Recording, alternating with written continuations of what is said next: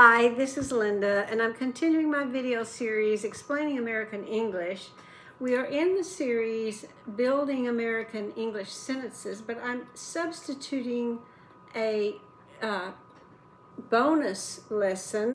I will call it Lesson 5, and I want to concentrate on zeroing in on pronunciation problems. There are certain pronunciation situations that my students keep having even after they've been coming for a long time. And today, as a special treat, I have some guest helpers. I have my grandson, Xander. Hi. And my granddaughter, Lily.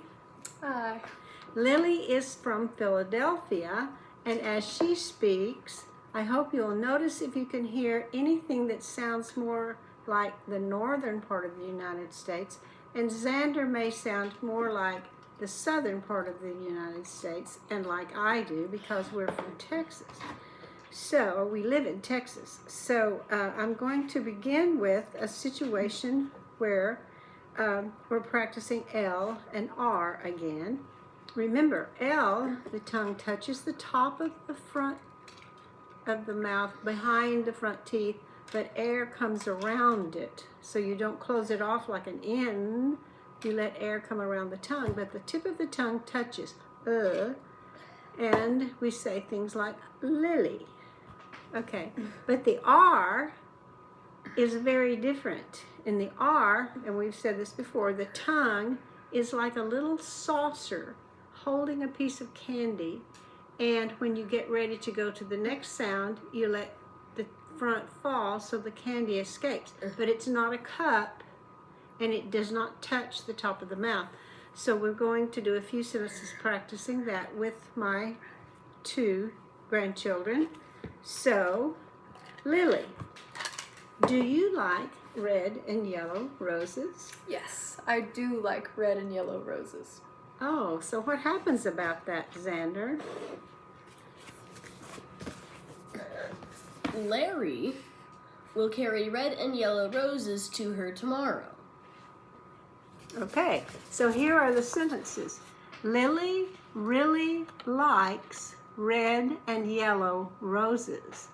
Larry will carry red and yellow roses to her tomorrow.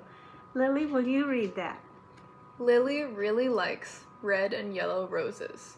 Larry will carry red and yellow roses to her tomorrow. Okay, and Xander? Lily really likes red and yellow roses. Larry will carry red and yellow roses to her tomorrow. Thank you. Okay. Another situation where we have some problems is with the TH sound. TH is voiced, but the tongue comes out just a little. It either vibrates or it doesn't vibrate, but if you see a TH, it must have the tongue out between the teeth a little bit, not behind it. It's not the, it's the.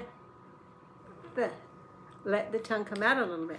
So, to use this pronunciation practice, we have a board here, and A chessboard, to be exact. yes, and what about this person? I am better at chess than you.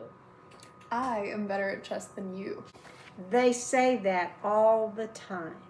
Both think it is the truth.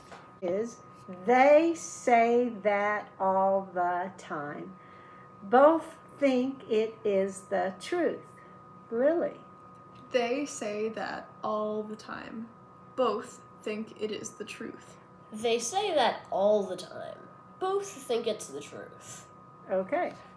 So another pronunciation situation that we have. I have Xander talk about this one first.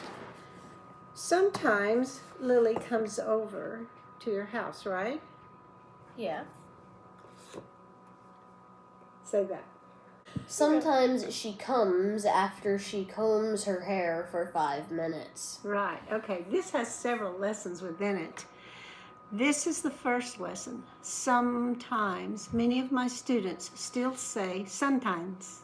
as though this were an N. We want it to be sometimes an M, always has the lips touching. Comes and combs are two different words. Some people will say combs. She combs after. She comes after she combs. And a few students will say hair, hair, and these two sound alike. This is her, H, and then just an R sound. Her, hair, combs her hair. For R gets its own sound. 5 minutes. Don't forget the V on 5. It's not 5 minutes, it's 5 minutes. Now these are simple things, but I keep hearing them over and over, so I want you to have something to practice with. Lily, would you like to read that sentence? Sometimes she comes after she combs her hair for 5 minutes. Okay, very good. This practices the WH, which is different from a W because this is just air with the lips pursed a little bit. And this is voiced and no puff of air. Ooh. And the ER, we're also practicing ER, is it's not whether, unless you're in England, then it would be whether and the weather.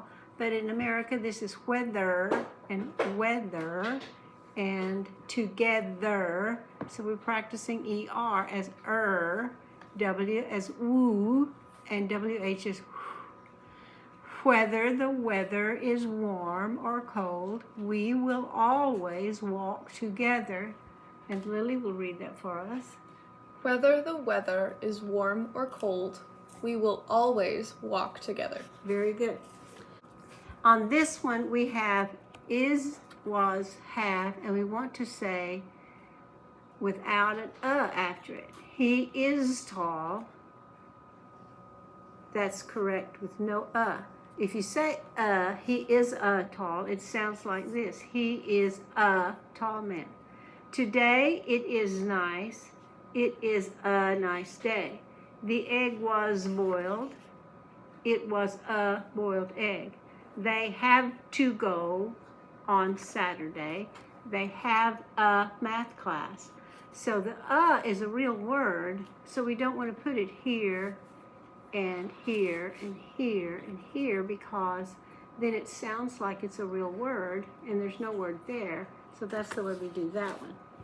And now we're going to look at another problem for some students is not saying before an S and a consonant such as these. So Xander, would you read these to us? The smart students are studying how to speak Spanish. Her skill is skipping fast. He is scared. The other team will score. The boy smiles as he swings. Okay, very good. So many students will want to put an in front of some of these words. They want to say as students, as studying, as speak, as Spanish, and we're trying to get the out. So think of it as a snake. He's hissing at the beginning of the word. The smart students are studying how to speak Spanish. That's what we're going for. And then, okay, and this is the last one. It's practicing V and F. And the V sound is in the word of. For some strange reason, we don't pronounce that with an F sound. We pronounce it with a V sound. And then the word have is reduced to so these become very similar. Could have and of sound the same. Here is an example. I have to have 4 of the 5 jobs finished by 5 o'clock.